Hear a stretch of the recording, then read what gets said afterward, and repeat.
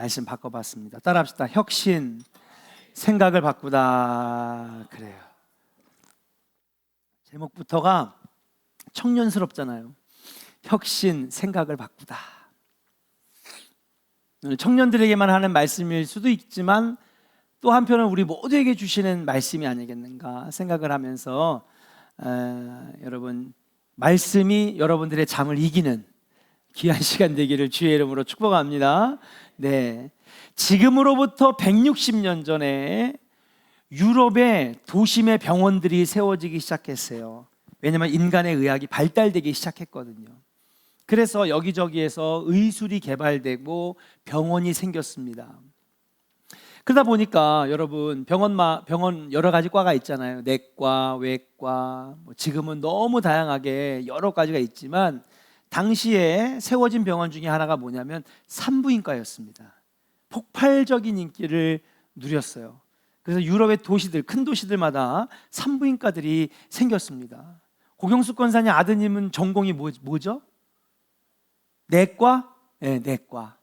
제가 요즘 보고 있는 드라마에는 가정의학과, 닥터 차정수. 예. 이 산부인과가 굉장히 인기가 많았어요. 그래서 여러분, 많은 사람들이 그전엔 산파에 의해서 아기를 낳다가 이 산부인과로 와서 아이를 낳기 시작을 합니다. 160년 전에.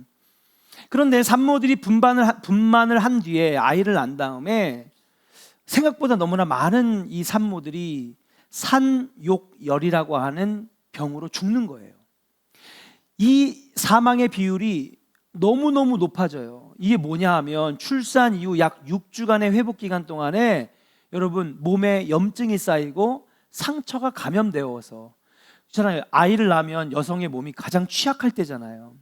그러니까 여러 가지 고열이 생기고 아파지고 막 그러다 보니까 여러분, 결국 시름시름 앓다가 죽는 병이 바로 산욕열이라고 하는 것입니다. 그런데 놀라운 사실은 뭐냐 하면 그전엔 누구에게서 났어요? 산파에게서 났잖아요. 산파에게서 나는, 그러니까 여전히 이 산부인과의 의료 혜택을 못 받는 시골에서 낳는 여자들은 이 산욕열이 별로 안 걸리는 거예요. 그런데 당시 나름의 첨단 의학 기술을 가지고 아이를 낳는 산부인과에서는 너무나 많은 산모들이 이 산욕열 때문에 죽어나가는 겁니다. 조사를 해보니까 산파의 도움으로 출산한 여성들에게는 산욕열이 발생할 가능성이 4% 정도였는데, 병원에서 아이를 낳은 산모들이 산욕열로 사망하는 비율이 어느 정도냐? 적게는 12%에서 많게는 30%. 그러면 3명 중에 1명은 아이 낳다가, 아이는 아니라 누가 죽는 거예요? 산모가 죽는 거예요. 아니, 아이를 잘 낳아보겠다고 만든 산부인과에서 아이를 낳은 다음에 산모가 죽는다? 그럼 병원이 무슨 소용이 있겠습니까? 이게 의사들에게는 큰 고민거리였어요. 아니, 왜 그렇지? 우리가 아무리 봐도 첨단 기계를 가지고 첨단 의술을 가지고 아이를 낳는 건데 왜 저 시골에서 산파가 그냥 자기들 마음대로 막 애를 받는 것보다 산모가 더 병원에서 죽어나가니까 의사들이야말로 치욕스럽고 당혹스럽고 곤욕스러울 수밖에 없는 거였어요. 자, 이 문제를 해결하기 위해서 심각하게 씨름하고 고민했던 한 의사가 있었는데, 그 사람은 오스트리아 빈 종합병원의 산부인과 교수였던 제멜바이스라고 하는 의사였습니다. 제멜바이스. 이 제멜바이스는요, 나름의 이 큰 고민을 가지고 한번 쫙 관찰을 했어요. 도대체 왜 이런 일들이 벌어질까? 여러 가지 관찰들을 하면서 수백 명의 산모들이 아이를 낳고 퇴원하는 과정 가운데에 여러분, 이것을 통계를 한번 냈는데, 첫 번째 발견한 사실이 뭐냐 하면 아이를 받는 의사인 자기가 학회를 가거나 아니면 먼 장거리 이동을 했을 때에 산욕열의 발생이 떨어진다는 거야. 그리고 오히려 자기가 아이를 받았을 때 아이를 낳고 난 산모들이 오히려 산욕열이 발생이 더 많았다는 거죠.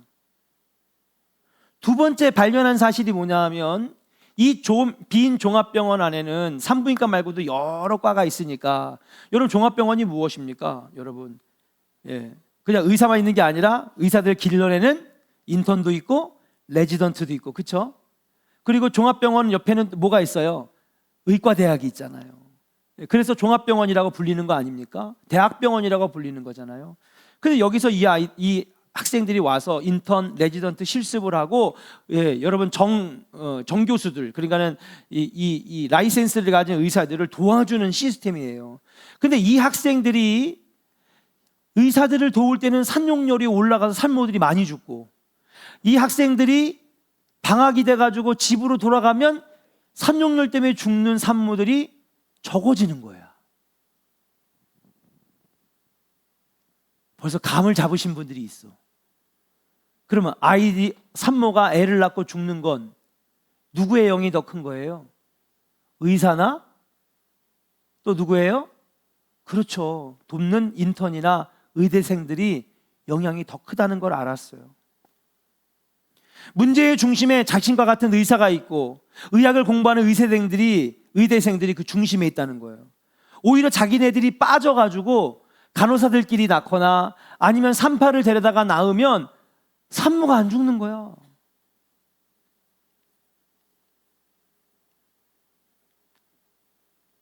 이 의사는 이걸 과학적으로 증명해내지 못했어요. 그러나 한 가지, 문제는 우리 때문이다라고 하는 사실을 인정하기 시작했습니다. 당시에 160년 전에는 세균에 대한 이해도가 부족했어요. 그냥 자르고 긋고 꼬매고 병든 거 뽑아내고 잘라내고 이러면 되는 건 줄 알았던 거지. 근데 여러분, 생각보다 정말 심각한 영향력은 뭐냐? 바로 당시에 세균 때문에. 흑사병도 여러분, 패스트도 유럽에 여러분 몇 천만 명을 죽게 만들었던 흑사병, 여러분 뭐 때문에 그렇습니까? 세균 때문에 그런 거거든요.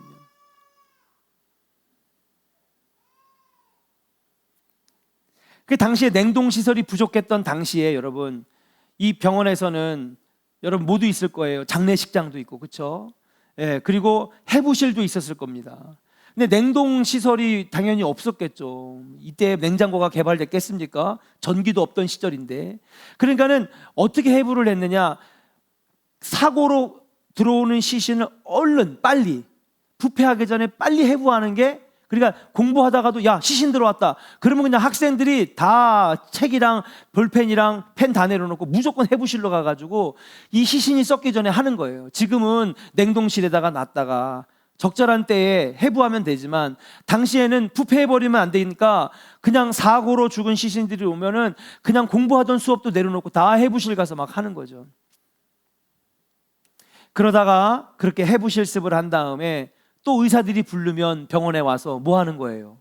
그렇죠. 의사들을 돕고, 세균에 대한, 바이러스에 대한 미생물의 존재를 이해하지 못했기 때문에.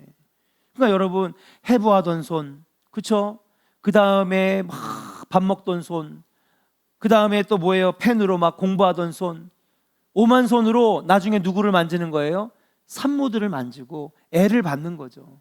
그러니 그 아이들이, 또 그렇게 아이를 낳은 산모들이 뭐가 생기는 거예요? 감염이 돼서 산용열로 죽어나가는 거죠. 근데 아무도 이것을 생각해내지 못했어요. 왜 그럴까요, 여러분? 의사는 뭐 하는 사람이야? 고치는 사람이라고 하는 생각이 딱 박혀 있는 거예요. 아니, 의사는 사람을 고치는 존재인데 설마 의사 때문에 사람이 죽겠어? 이런 생각을 어느 누구도 하지 못했던 거예요. 의사는 사람을 살리는 사람이지 의사가 사람을 죽게 만들겠어? 이 고정관념이 이 문제를 해결하지 못하게 했던 거죠. 그런데 이 제멜바이스라고 하는 사람은 생각을 바꿉니다. 어떻게 바꿔요? 어쩌면 우리 때문에 산모들이 죽는 건 아닐까? 어쩌면 우리 의사들 때문에, 의대생들 때문에 아이들이 감염돼서 일찍 세상을 떠나는 건 아닐까? 라고 하는 생각의 전환이, 여러분, 그런 결과들을 여러분 알게 되고, 결국 이 제멜바이스가 병원에다가 간곡히 부탁을 합니다. 뭐라고 하느냐? 과학적으로 증명된 건 없고, 뭔가 당시에 세균이나 미생물에 대한 존재를 몰랐으니까. 그러나 한 가지, 문제의 중심에는 우리가 있다. 그러니 우리가 꼭 해부할 실습 전과 후에는 꼭 손을 깨끗하게 씻고, 산모들을 만나기 전에도 꼭 손을 씻고, 그 여러분 의학 드라마, 메디컬 드라마 보면 제일 많이 보는 장면 뭐예요? 이거 이렇게 들어가 가지고 발로 딱 밟은 다음에 막 씻어내고 또 이렇게 해가지고 말리고, 이게 아주 메디컬 드라마의 상징적인 장면 아닙니까? 그리고 막 엄청나게 비비잖아요. 막 손끝에 때까지 막 비비고. 이게 이 제멜바이스라고 하는 사람부터, 의사부터 시작됐다는 거예요. 실제로 그렇게 손을 깨끗하게 닦고 소독을 한 다음에 해부하고, 해부 끝난 다음에 손 닦고, 그리고 산모를 만나고, 이런 의료 행위들을 한 이 병원에서 놀라운 일이 벌어졌는데, 그때부터 산용열로 죽는 비율이 0.1% 이하로 떨어졌고요. 그리고 그 외에 다른 과에서의 예상치도 못했던 발병률들이 엄격하게, 현저하게 떨어지는 것을 여러분 보게 되면서, 여러분 이 병원이 아주 유명한 병원으로 발돋움하게 되었다는 거예요. 당시에 세균의 존재는 몰랐지만, 바이러스의 존재는 몰랐지만, 미생물의 존재는 몰랐지만은, 의사는 무조건 사람을 고치는 존재다라고 하는 고정관념을 버리고 어쩌면 우리 때문에 사람이 죽을 수도 있겠다라고 하는 생각의 전환을 할 때에 여러분 놀라운 변화가 일어나게 되고 의술의 혁신이 일어나게 되면서, 이때를 기점으로 수많은 질병들을 막아낼 수 있고 발병을 멈추게 되었다라고 하는 사실이에요.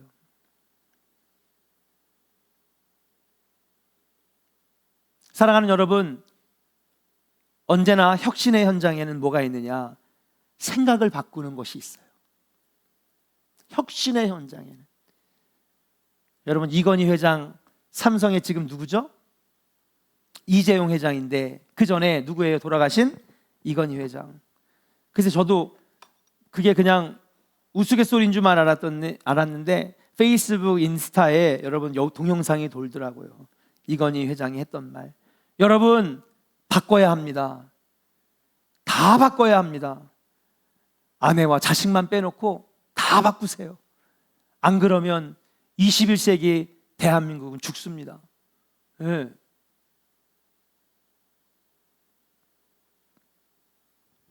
저는요, 반도체나 신기술이나 새로운 테크놀로지가 혁신이라고 생각하지 않습니다. 그것은 어디까지나 결과물일 뿐이요, 혁신의 시작은 생각을 바꾸는 데에 있다라고 하는 사실이에요.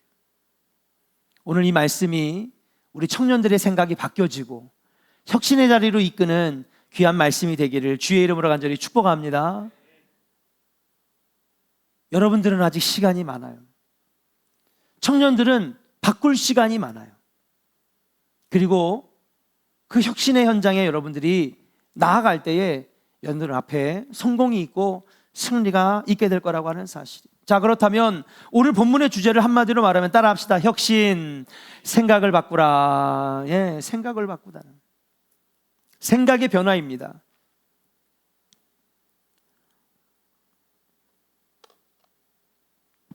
성경 이야기를 해볼게요. 그러면 자, 사도행전 1장부터 시작해서 사도행전 7장까지는 무슨 이야기냐 하면요, 여러분, 하나님께서 베드로를 비롯한 초대교회를 통하여 여러분 예루살렘과 온 유대를 뒤집어 놓는 역사를 만드세요. 그죠? 그 시작이 뭐였느냐? 바로 오순절 마가의 다락방, 성령의 불이 혀같이 갈라지는 현장에서부터 시작해서 놀라운 부흥의 역사가 일어나게 됩니다. 그래서 여러분, 예수님께서 하신 명령을 잘 따르고 있었어요. 예수님 하신 명령이 뭐예요? 하늘로 승천하시면서 너희는 예루살렘과 온 유대와 사마리아와 땅끝까지 이르러 뭐 되라고요? 내 증인이 되라고 말씀하셨어요. 그래서 사도행전 1장부터 7장까지는요, 이 예수님의 여러분 대지상명령, The Great Mission, 대지상명령을 잘 수행하고 있었어요. 사도행전 7장까지. 그래서 예루살렘과 온 유대가 뒤집어졌습니다. 설교 한 번 할 때 3,000명, 5,000명이 회개하고 수많은 사람들이 죽게 돌아왔습니다. 예수의 복음, 십자가의 복음을 듣기 시작했습니다. 회개하고 세례받기 시작했어요. 근데 문제는 뭐냐 하면 7장까지는 좋았는데 그 다음부터 여러분 이게 안 되는 거예요. 뭐가 안 돼요? 온 유대까지만 증이 돼. 그 다음 어디 가야 돼? 사마리아 가야 되는데 뭐 하고 있어요? 복음이 안 가고 있네. 그 다음에 또 어디까지 가야 돼요? 복음이, 예수의 복음이 어디까지 가야 돼요? 땅끝까지 가야 되는데 안 되고 있는 거예요. 7장까지는 좋았는데 여러분, 더 이상 예수의 복음이 사마리아와 땅끝까지 못 뻗어나가고 있는 거예요. 아니, 어떻게 보면 이 유대인들과 12사도와 초대교회는 여러분 딱 유대까지만 복음을 전하고 그 뒤로는 복음 전할 생각이 아예 없어. 생각이 없는 거예요. 왜일까요? 그것은 그들이 오랫동안 가졌던 생각 때문에 그래요. 오랫동안 가졌던 생각, 굳어진 생각. 첫 번째 어떤 생각입니까? 유대인들은 자신이 특별히 자신만을 택하여 주셨다라고 하는, 따라합시다, 선민사상. 선민사상. 예. 좋아요. 우린 그런 생각 갖는 거 좋아. 아, 맞아. 하나님이 나 서원석을 특별히 사랑하셔서 나를 택해 주셨어. 그건 좋아. 그런데 문제는 뭐야? 나만 택해 주셨고, I am very special. 나만 특별하다라고 생각하는 것. 유대인들은 그랬던 거예요. 이 선민사상에 물들어 있었기 때문에, 몇천 년 동안 이어온 자신들만 택함 받은 백성이라고 생각했기 때문에 이제 예수를 믿는 크리스찬이 되어서도, 그리스도인들이 되어서도 예수의 복음은 누구만을 위한 것? 그렇죠, 유대인들만을 위한 것이라고 착각하고 있는 거예요. 여러분, 굳어진 생각이 이렇게 위험해요. 두 번째, 무엇 때문에 사마리아와 땅끝까지 복음이 전파되지 않는 겁니까? 두 번째는 뭐냐면요, 여러분, 유대인들이 특별히 택함받은 하나님의 백성이라고 하는 선민사상, 선민생각, 이 생각과 마찬가지로 반대로 뭐예요? 이방인들은 절대로 하나님의 백성이 될 수 없다라고 하는 생각, 이방인들과는 절대로 섞여서는 안 된다는 생각, 이 생각 때문에 복음이 딱 온 유대까지만 딱 멈추고 사마리아와 땅끝까지는 못 뻗어나가는 거예요. 청년들, 그죠? 이녀가? 여기까지는 이해가 됐어? 너 역사 좋아한다며. 그래서 역사학과 들어갔잖아. 초대교회 역사도 잘 알아야지, 그지? 이게 초대교회 역사예요. 네, 이게. 여러분, 물론 주님께서 그렇게 말씀하셔서 가나안 땅을 정복할 때 주님 말씀하셨죠. 너희는 절대로 이방인들과 섞이지 말라. 예, 그들을 진멸하라. 다 내쫓아라. 그 명령 때문에 여러분, 유대인들은 이방인들을 어떻게 봤냐면요, 아, 저건 지옥의 땔감, 지옥의 지옥불을 떼는 땔감으로 이방인들을 여겼어요. 그러니까 한국말로 치면은 발에 때만도 못한 놈들로 여긴 거죠. 자, 사마리아인들 어때요? 원래 형제고 같은 핏줄인데 문제는 이들은 어디랑 섞였어요? 아수르에게 정복당할 때 섞여서 거기서 같이 혼이 나고 혼혈아들이 나오고, 더러워진 백성이기 때문에 이들과 여러분 같이 하지 않잖아요. 겸상을 하지 않아요. 말도 섞지 않습니다. 쳐다보지도 않아요.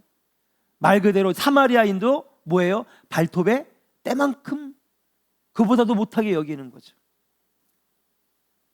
근데 여러분, 우리 알아야 됩니다. 하나님께서 섞이지 말라고 한 것은 왜 섞이지 말라고 했느냐? 그들의 타락한 문화, 우상 숭배, 가증한 것들을 여러분 배우지 말라고 따라가지 말라고 한 거지. 그래서 이방인들을 내쫓으라고 하신 것인데 그 의미를 모르고 이방인들을 여태까지 배척한 것이죠. 자, 오늘 하고 싶은 얘기가 이제부터 나옵니다. 그러니까 여러분, 사도행전 7장까지는 유대인들과 초대교인들, 이들은 누굽니까? 지금 예수를 받아들이는 사람들, 예수를 믿는 사람들, 예수의 복음을 믿는 사람들이거든요. 십자가 구원과 부활을 믿는 사람인데도 불구하고 문제는 뭐냐면요, 오래된 생각, 편협한 생각. 예수의 복음, 십자가의 복음은 우리 유대인들만을 위한 것이라고 하는 편협한 생각 때문에 예수의 대지상명령을 이행하지 못하고 유대 밖을 전혀 나가지 못하는 그 모습, 하나님이 바꿔주기 시작해요. 하나님 결심하십니다. 이제 온 유대와 사마리아의 경계를 넘어 더 넓은 지역 땅끝으로 복음을 전파하기 위해서는 꼭 필요한 과정을 겪어야 되겠구나. 그래서 두 가지를 하시는 거예요. 첫 번째는 뭐냐? 스데반의 순교를 시작으로, 따라합시다, 초대교회의 박해. 초대교회 박해. 그래서 하나님이 교회에 박해를 주신 거야. 여러분, 교회도 우리 오늘날의 교회도 마찬가지예요. 여러분, 우리가 사명을 감당하지 않잖아요. 교회에 분란이 생기는 거예요. 그냥 우리끼리 뭐 꽁냥꽁냥 하면 좋을 것 같죠? 안 그래요. 물은 흘러야 썩지 않는 것입니다. 복음은 흘러야 하고 선교의 길은 열려져야 하고 하나님의 말씀은 전파돼야 될 줄로 믿습니다. 그냥 우리끼리만 꽁냥꽁냥 하면요, 물이 썩는 거예요. 그러니까 하나님이 어떻게 해요? 큰 결단을 내려서 스데반의 순교를 시작으로 해서 초대교회를 무너뜨리는 거예요. 여러분, 초대교회의 박해는요, 하나님 주신 거예요. 말씀 한번 읽어볼까요? 자, 사도행전 8장 1절부터 5절까지의 말씀입니다. 사도행전 8장 1절부터 5절, 여러분 같이 읽겠습니다. 시작. 사울은 그가 죽임당함을 마땅히 여기더라. 그날에 예루살렘에 있는 교회에 큰 박해가 있어 사도 외에는 다 유대와 사마리아 모든 땅으로 흩어지니라. 경건한 사람들이 스데반을 장사하고 위하여 크게 울더라. 사울이 교회를 잔멸할세 각 집에 들어가 남녀를 끌어다가 옥에 넘기니라. 자, 박해가 시작됐어요, 안 됐어요? 시작됐어요. 그 중심에 지금 누가 있습니까? 사울이 있잖아요. 죄인 중에 괴수. 우리가 아는 사도 바울. 이 사도 바울이 여러분 초대교회를 부서뜨린 주범이에요. 완전히 박살을 내버렸어요. 사도가 사울이. 자, 그런데 놀라운 일이 그 다음 절에 나와요. 자, 4절 읽어볼까요? 시작. 그 흩어진 사람들이 두루 다니며 복음의 말씀을 전할세. 빌립이 사마리아 성에 내려가 그리스도를 백성에게 전파하니. 할렐루야. 초대교회를 깨트려 놓으니까 그제서야 흩어진 무리들이 따라합시다. 두루 다니며 복음을 전할세. 그쵸? 그제서야 틀이 깨지고 유대 땅 안에만 갇혀 있었던 이 복음이 드디어 이방의 땅에 전파되기 시작하는데, 여러분 5절에 보니까 빌립 집사가 어디에 가서, 그렇죠, 드디어 사마리아의 성에 가서 복음을 전파하기 시작했는 줄로 믿습니다. 초대교회를 부수신 분은요, 하나님이신 거예요. 우리도 마찬가지예요. 교회가 제 역할을 못하면 하나님이 교회를 부신다고. 예? 하나님이 교회를 부신다고요. 우리 조원교회는 맡겨진 사명, 복음을 땅끝까지 전파할 수 있는 교회 되기를 주의 이름으로 간절히 축원합니다. 누군가에서 부서지는 게 아니에요. 겉으로 보면 목사님과 장로님들이 싸워서 교인들끼리 분란이 나서 서로 당을 지어서 싸우는 것 같지만 아니에요. 하나님 부수시는 거라고. 하나님 부수시는 거예요. 왜? 제 역할을 못하니까. 초대교회를 부수신 건 하나님이세요. 근데 부숴놓고 나니까 그제서야 정신 차리고 어디 가서 사마리아뿐만 아니라 땅끝까지 복음을 전파하기 시작한 거예요. 두 번째, 하나님은 어떻게 그들을 바꿔놓으시느냐. 첫 번째는 초대교회의 박해를 통해서 여러분 경계를 넘어 복음을 전파하게 하시고, 두 번째는 따라합시다. 베드로와 지도자들의 생각을 바꾸셨습니다. 여러분 베드로의 생각을 바꾸시는 거예요. 자, 그게 바로 오늘 본문이에요. 하나님께서는 베드로와 예루살렘 교회 성도들의 생각을 어떻게 바꿔놓으셨을까.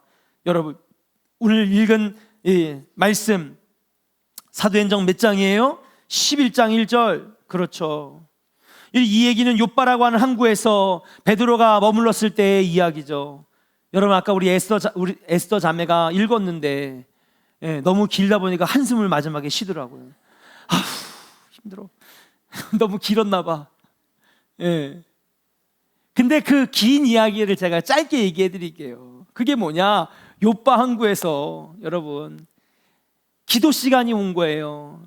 이때 시간이 바로 여러분 정오 시간인데, 당시 베드로는 시장 바닥에 있었어요. 야, 어서 기도할 데가 없어. 보니까 시장의 옥상으로 올라가서 기도해야 되겠다. 시장의 옥상에 올라가가지고 하나님 앞에 기도 시간이 돼가지고 정해진 시간에서 막 기도를 하고 있는데 하나님께서 환상을 보여주시는 거예요. 하늘에서 뭐가 내려와요? 누구 지금 영구 흉내를 내려고 그랬지? 맹구. 비가 내려와요. 뭐. 이러니까 이제서야 눈 뜨시네. 재롱을 제가 좀 부려야 되겠어. 오후 예배 때는 재롱 부리는 거 나 싫어하는데. 아무튼 하늘에서 비는 안 내리고 환상이 보여지는데 여러분 보자기가 이만한 게 내려오는 거예요. 그 여러분 큰 그릇이 내려오고 보자기가 쫙 내려오는데 여러분 거기에 뭐가 담겨져 있어요? 식재료가 담겨져 있어요. 근데 문제는 뭐냐면 이 식재료들이 구약의 율법을 봤을 때에 다 부정한 음식들이야. 먹으면 돼요, 먹으면 안 돼요. 먹으면 안 되는 음식들이에요. 큰일 나는 거예요, 여러분. 이번에 여기 이스라엘 갔더니 무슨 고기 먹으면 안 되죠, 고경숙 권사님? 저번 안 가셨구나. 이번에 가신 분 누구죠? 인종이. 그래, 이스라엘에서 뭐 먹으면 안 돼? 그래, 돼지고기. 삼겹살 생각이 얼마나 나는지. 돼지고기를 못 먹는데, 먹으면 안 되는데, 고기가 하나도 안 나오더라고요, 여러분. 또 커피와 우유를 같이 먹을 수 없다 그랬나? 아니면 우유랑 계란이랑 같이 먹을 수 없다. 되게 복잡해. 하여튼 외우기도 힘들어. 아무튼 지금도 그 구약의 율법대로 지금 살아요. 이스라엘 사람들은 못 먹는 거야. 절대로 돼지고기도 못 먹고요. 여러분 그 굽이 2개로 갈라진 짐승들 못 먹고요. 비늘 없는 고기 못 먹고. 비늘 없는 거 뭐 있을까? 그래, 장어가 얼마나 좋은데. 장어도 못 먹어 걔네들은. 이야, 정말 장어가 얼마나 좋은데. 부정한 것들, 먹어서는 안 되는 것들, 가까이 대지도 않았던, 보지도 않았던 그런 부정한 것들이 큰 보자기에 담겨서 하늘로부터 내려오는 거예요. 베드로가 깜짝 놀랐습니다. 근데 하나님 뭐라 그러시냐? 베드로야, 잡아서 먹어라. 주님, 이게 무슨 말입니까? 이게 무슨 청천벽력 같은 명령입니까? 난 못 먹습니다. 하나님, 내가 이 부정한 음식들을 어떻게 먹습니까? 주님, 먹을 수 없습니다.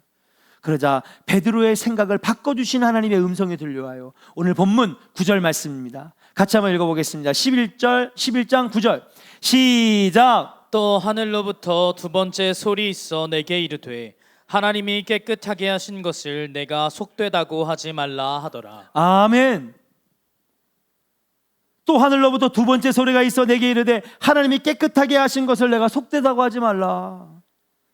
그렇습니다. 하나님이 이거 내가 부정하지 않다고 얘기를 했는데 왜 너 혼자 편견을 가지고 생각의 한계를 가지고 안 된다고 하느냐? 왜 그러느냐? 내가 이걸 부정하다고 말한 적이 없는데. 여러분 실제로 돼지고기, 굽 있는 거, 여러분 이걸 가지고 베드로에게 먹지 말라 말씀하신 적이 없어요. 그러한 의식법들은 여러분, 당시에 무슨 우유가 있었겠습니까? 커피가 있었겠습니까? 내가 부정하다고 말을 안 하는데 왜 너 혼자 그렇게 생각을 하느냐?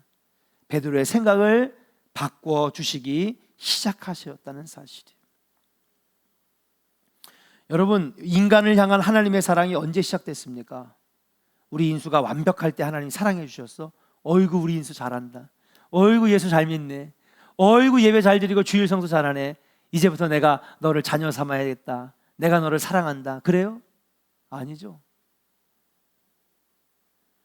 주님이 우리를 사랑하셔서 독생자 아들을 보내주신 건 우리가 아직 죄인 되었을 때예요. 아멘입니까? 우린 착각하고 살아요. 우리는 구원받을 만한 자격이 있으니까 구원받은 것이고, 우리는 예수를 믿을 만한 자격이 있으니까 예수를 믿는다고 생각하지만 그렇지 않습니다. 주님은 우리가 아직 죄인 되었을 때에 예수 그리스도를 이 땅에 보내주시고 자신의 사랑을 확증하셨다는 거예요.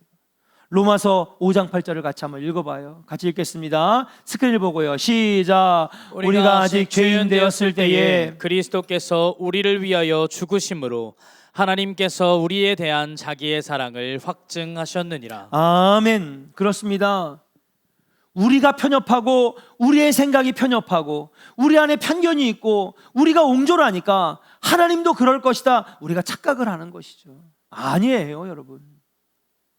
하나님의 생각은 넓고 크시고 하나님의 사랑은 원대하고 넓은 사랑인 줄로 믿습니다. 무엇이든지 품어주시는 하나님, 절대로 하나님은 편협하거나 옹졸하신 마음을 가지고 계신 분이 아니에요. 우리가 여전히 죄인 되었을 때도, 우리가 하나님의 마음을 아프게 해드릴 때도 우리를 품어주시고 우리를 사랑하셔서 독생자들을 주신 위대하신 하나님, 사랑의 하나님인 줄로 믿습니다. 문제는 우리 생각이 좁고 편협해서 우리 스스로가 한계를 가지고 신앙생활을 한다라고 하는 것에 문제가 있다라고 하는 사실이에요. 여러분, 우리의 좁은 생각에 하나님을 끼워 맞추지 마세요. 내가 질투하니까 하나님도 질투할 것이다? 아닙니다. 내가 생각이 짧으니까 하나님도 이 정도밖에 생각을 안 할 것이다? 그것은 인간의 교만이에요. 이런 어리석은 베드로의 생각을 하나님이 고쳐주시기 시작해요. 베드로는 자신의 편협한 생각, 이방인에 대한 편견을 바꾸기 시작합니다. 12절을 같이 한번 읽어볼게요. 본문 12절입니다. 시작. 성령이 내게 명하사 아무 의심 말고 함께 가라 하시매 이 6 형제도 나와 함께 가서 그 사람의 집에 들어가니. 자, 이 사람의 집에 들어가는 게 누구의 집이에요? 고넬료의 집에 들어가는 거예요. 고넬료는 이방인입니다. 사실 여러분, 이방인들과 마주 인사도 안 했고 얼굴을 쳐다보지도 않았으며 유대인들은 그들의 집에 거하거나 함께 식탁을 마주할 적도 없었어요. 그런데 하나님이 베드로의 생각을 딱 바꿔주시는 거예요. 이방인들은 지옥의 지옥불을 때우는 땔감이 아니라 복음을 들어야 될 하나님의 사람이고 하나님의 사랑의 대상이고 저들도 구원받아 천국 가야 될 하나님의 자녀들이라고 하는 생각을 하나님 바꿔주시니까 그 즉시 일행 6명과 함께 어디로 들어가느냐, 그것도 유대를 침공해 들어온 로마의 장교의 집 고넬료의 집에 들어가게 되었다라고 하는 사실이에요. 당시 모든 유대인들은 이방인의 집에 들어가는 거 부정하게 여겼습니다. 이방인과 함께 식사를 하는 거 부정하다고 생각했습니다. 그래서 제 아무리 부활의 증인으로 부름받은 사도 베드로지만 여러분, 사도행전 11장까지 그는 이방인들과 함께 한 적이 없어요. 복음도 유대인들에게만 증거했습니다.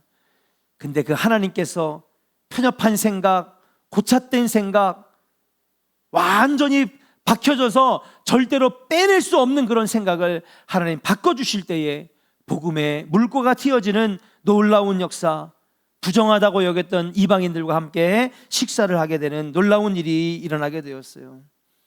그때 옆에 여러분, 우리가 말씀을 읽었지만 6명이 깜짝 놀랐습니다. 사도 베드로요, 베드로 선생님, 지금 당신 뭐 하는 겁니까? 예? 막 옆에서 베드로를 막 모함하기 시작하는 거예요. 그때 베드로가 이렇게 얘기하죠. 예? 뭐라고 얘기하느냐? 잠잠하라. 잠잠하라. 하나님이 이들에게 복음을 전하고 하는데 누가 그것을 막을 수 있겠느냐? 그러니까는 18절에 그들이 이 말을 듣고 잠잠하여 하나님께 영광을 돌리며 고넬료의 가족에게 세례를 베푸는 놀라운 역사가 일어나게 되었다라고 하는 사실이에요. 사랑하는 여러분, 생각의 변화가 있어야 혁신이 일어나고 혁신이 있어야 앞으로 21세기를 여러분들이 열어가는 여러분 새 시대의 주인공이 될 수 있는 줄로 믿습니다. 생각을 바꾸지 못하면, 오래된 편협한 생각을 바꾸지 못하면, 편견을 깨뜨리지 못하면 앞으로 아이디어가 전부인 세상에서 우리는 절대로 살아남을 수가 없어요. 근데 여러분, 놀랍게도 이 생각을 바꾸시고 편협한 오래된 편견을 깨뜨리시는 분은 누구냐? 여호와 하나님이신 줄로 믿습니다. 한번 따라 합시다. 하나님은 우리의 편견을 깨뜨리시는 분입니다. 하나님은 우리의 편협한 생각을 깨뜨리시는 분입니다. 믿으시면 아멘. 아멘입니까? 혁신이란 무엇입니까? 반도체 신기술이 혁신입니까? 아닙니다. 생각이 바뀌는 것이 혁신입니다. 편견과 편협한 좁은 생각, 오해와 불신은 청년 여러분들을 앞으로 나아가지 못하게 하는 방해물일 뿐인 것입니다. 진정한 혁신이란 생각의 변화이고 편견을 부수는 모습이 바로 혁신인데, 오늘 보니까 하나님은 이 고착된 생각, 흔들리지 않는, 깨지지 않는 오래된 생각, 고리타분한 편견들을 부시고 깨치고 나아가게 하는 하나님이 바로 여호와 하나님이신 줄로 믿습니다. 그러니까 여러분 보세요. 기독교를 국교로 삼은 나라들 하나님께서 이 은혜를 주시잖아. 예, 생각을 바꾸고 편견을 깨트리고 오래된 생각을 바꾸는 이 하나님의 은혜가 임하니까 여러분 기독교를 국교로 삼았던 나라들은요 선진국들이 되었잖아요. 괜히 선진국이 된 게 아닙니다. 하나님이 그들의 생각을 바꾸시기 때문에. 우리는 흥선대원군이 다 걸어 잠그고, 예, 다른 거 절대로 변화 없어. 변화하면 안 돼. 일본보다 50년, 미국보다 100년이나 뒤지는 여러분 가난한 나라, 일본군에게 짓밟히는 식민지의 나라가 될 수밖에 없었다라고 하는 사실이에요. 그러나 하나님이 함께 하시는 나라, 하나님이 함께 하시는 청년들은 그들의 생각을 바꾸시고 고리타분한 생각을 변화시키시고 고착된 편견과 편협한 생각을 바꾸어 주시는 분인 줄로 믿습니다. 사랑하는 청년 여러분, 주님께 기도하세요. 하나님, 나를 바꿔주시고 내 생각을 바꿔주시고. 죄송합니다. 나이가 들면요 변화를 싫어해요. 저부터 그런 걸요. 이제 내년에 50인데 변하는 게 싫어요. 솔직히 말해서 60이 되면 또 어떨까요? 더 변하는 게 싫겠죠. 바꾸는 것 자체가 싫어요. 변화할 수 있는 시간은 바로 청년의 시간입니다. 그렇다고 해서 그러면 우리 나이 먹은 기성세대는 안 바꾸냐? 아닙니다. 주님께 기도하고 주님을 의지하면 주님은 우리의 생각을 바꿔주시는 거예요. 사랑하는 청년 여러분, 혁신이 살 길입니다. 근데 그 혁신은 신기술이 아니라 생각의 변화, 거기서부터 출발한다는 사실이에요. 그럴 때에 하나님께서 여러분들을 귀하게 21세기에 쓰실 줄로 믿고 하나님께 기도함으로 주님이 변화시켜 주시는 우리 능력의 바울 청년들 다 되시기를 주의 이름으로 간절히 축원합니다.